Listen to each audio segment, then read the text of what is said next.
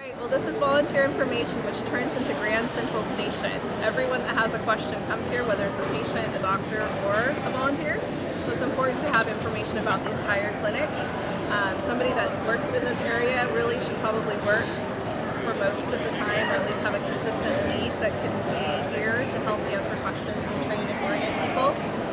It's important that you have pictures of leads. So one of the things that this year, they have a list of all the leads, but if you don't know what those people look like, it's hard to direct others to them, especially if that lead doesn't happen to be at their station at that particular time. I would also say that it's important to have a radio of some sort and maybe the microphone close to this area so that when people ask for help or ask for assistance, that we can make announcements without having to run to a different section. Or if we need to radio for one of the big poobahs, you can do that without having to run around the whole clinic, which happened quite a bit yesterday. It's also a great place if you have sections that need more help to instruct the leads to send people here to write it down, because we often will get volunteers here that are looking for a place to go, or they were told that they're no longer needed in their section. So it's good to be able to coordinate that somehow. So that would be a suggestion that I would have for future years in this area. But it's nice to have a list, a searchable list of all the volunteers that are coming in, so that if they don't know where they're supposed to be, we can search and find that out. So you guys are on Wi-Fi then? We do have a Wi-Fi connection with this computer, and which makes it nice and helpful.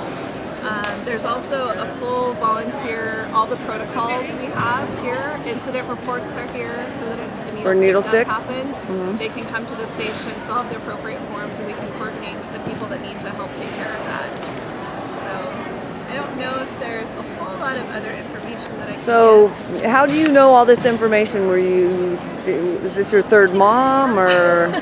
Well, I know. I assume all three of you are like, geniuses. But I mean, go ahead and draw a line.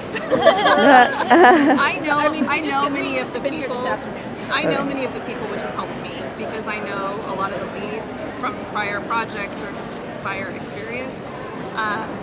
You pick things up. A lot of people will ask questions, and if I don't know the answer, I go and find the answer, and then I know for next time. I keep a running list of all the different things that weren't on the sort of general FAQ list. Because you get a lot of interesting one-off questions that you didn't think to ask about at the beginning. But it's nice to. I would recommend that there really be a lead for this area that goes to all of the planning meetings. I was not a part of any of that, but I've been a part of prior mom projects, so I have a general idea of how the clinic's supposed to flow. And you really just have to have outgoing people that are willing to go and ask and coordinate and do what they can to get the help. There are some people that are involved in the planning, and then their job, once they maybe get the clinic set up, their job is kind of done. So I'm thinking we might stick them over here. Yeah, absolutely. I think the more people that you have here that know the inner workings and know who to talk to, it's really, really helpful. Okay. But I have to say they did a good job of providing with the FAQ list and the lead list and the protocols, so that we have some things here if those questions come up. It's really nice. Excellent. Okay, well maybe you could just come to Anchorage. I was thinking about it. I don't know if I can afford a plane ticket, but we'll see. All right, very good. Thank you.